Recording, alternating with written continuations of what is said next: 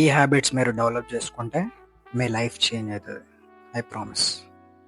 First ఏంటంటే going to gym. ఎందుకు అందరు అంటారు గోయింగ్ టు జిమ్, జిమ్కి పోవాలి, జిమ్కి పోవాలి, జిమ్కి పోవాలి. ఎందుకు? జిమ్లో మీరు ప్రతిదీ నేర్చుకుంటారు. జిమ్ ఏమన్నా స్కూలా భయ్యా అంటే లెట్ మీ ఎక్స్ప్లెయిన్.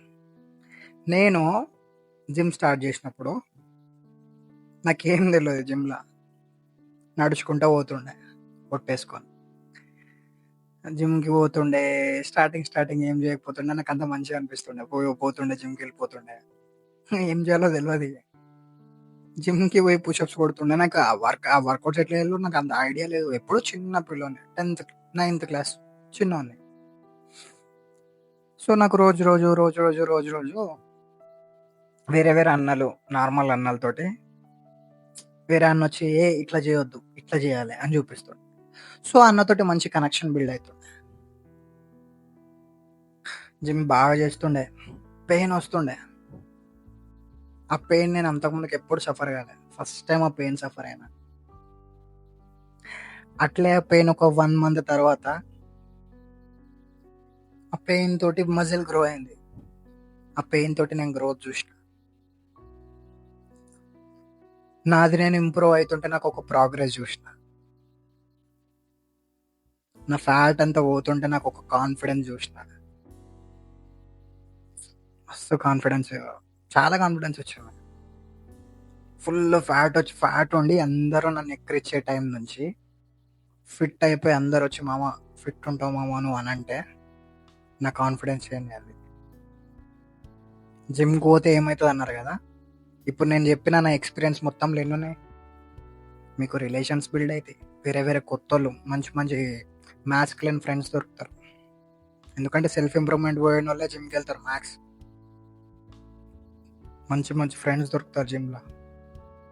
మీరు ఇంట్రోవర్ట్ జిమ్కి పోర్రి, మీకు ఫ్రెండ్స్, మంచి మంచి ఫ్రెండ్స్ జాయిన్ అవుతారు. మీరు పెయిన్ చూస్తారు జిమ్లో, మీరు ప్రోగ్రెస్ చూస్తారు, మీరు రెగ్యులర్గా వెళ్తారు. మీకు ఒక డిసిప్లిన్ అనేది, ఒక స్కిల్ డెవలప్ అవుతుంది. ఆ డిసిప్లిన్ మీ లైఫ్లో యూజ్ అవుతుంది. జిమ్ అనేది ఒక పవర్ఫుల్ హ్యాబిట్. జస్ట్ మీరు అందరూ ఏమనుకుంటారు, జిమ్ చేస్తారు మజిల్ బిల్డ్ చేస్తారు. మజిల్ బిల్డ్ కాదు. మీరు రెగ్యులర్గా జిమ్ చేస్తే మీ బాడీలో ఎండార్ఫిన్స్ రిలీజ్ అయ్యి మిమ్మల్ని మీరు ఫీల్ గుడ్ చేస్తాయి. మీకు మీ మూడ్ని బూస్ట్ చేస్తే హార్మోన్స్.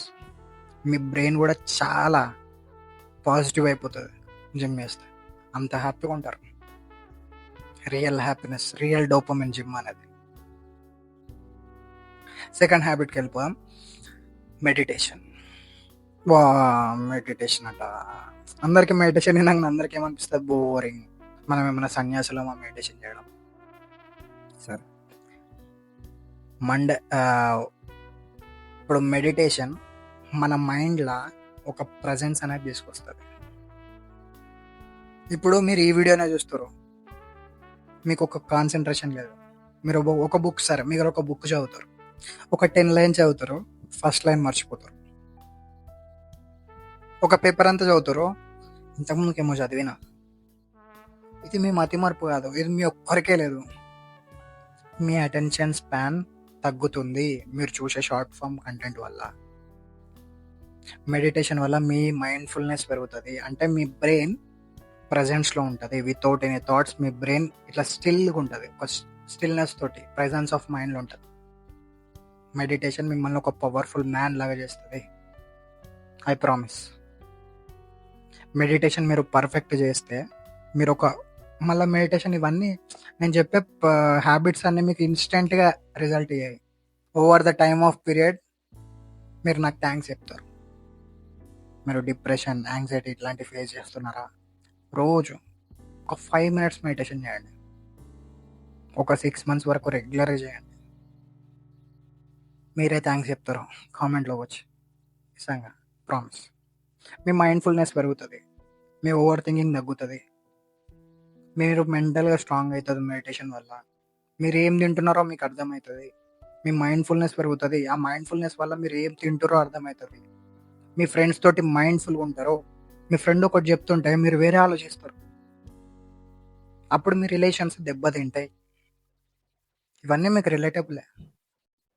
మైండ్ఫుల్నెస్ లేక స్క్రోలింగ్ వల్ల ఇట్లా అవుతుంది. అదే బ్రెయిన్ రట్ అంటారు. Brain rut. బ్రెయిన్లో అన్నీ మీరు మంచి చెడ్డ అన్నీ కన్జ్యూమ్ చేసి చేసి మీ బ్రెయిన్ అంతా ప్రాసెస్ చేస్తుంది. స్టోరేజ్ ఇష్టం ఉన్నట్టు థాట్స్ ఇస్తుంది. సో మీరు ప్రజెన్స్లో ఉండలేరు, మీరు లైఫ్ని ఎంజాయ్ చేయలేరు.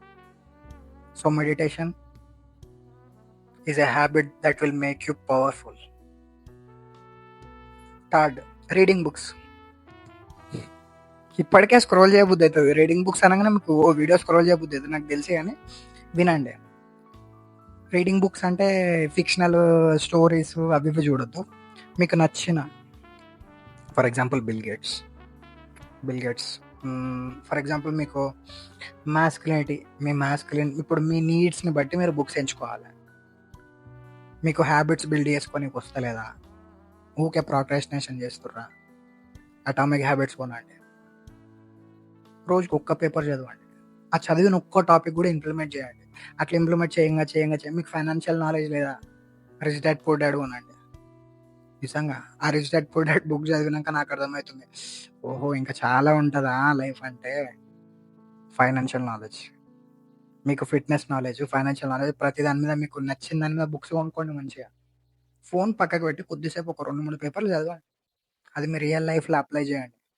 యూ విల్ బికమ్ పవర్ఫుల్ అవుతారు. Last, self improvement habits. మిమ్మల్ని మీరు సెల్ఫ్ లవ్ చేసుకోండి. మిమ్మల్ని మీరు రెస్పెక్ట్ చేసుకోండి. రోజు మీరు ప్రజెంటబుల్గా కనిపించాలి. మీ మీద మీరు కేర్ తీసుకోండి. ప్రజెంటబుల్గా కనిపించండి. సెల్ఫ్ ఇంప్రూవ్మెంట్స్ హ్యాబిట్ యూజ్ చేసి మీకున్న ఇన్సెక్యూరిటీస్ని ఫిక్స్ చేసుకోండి. You will become powerful. Join the club.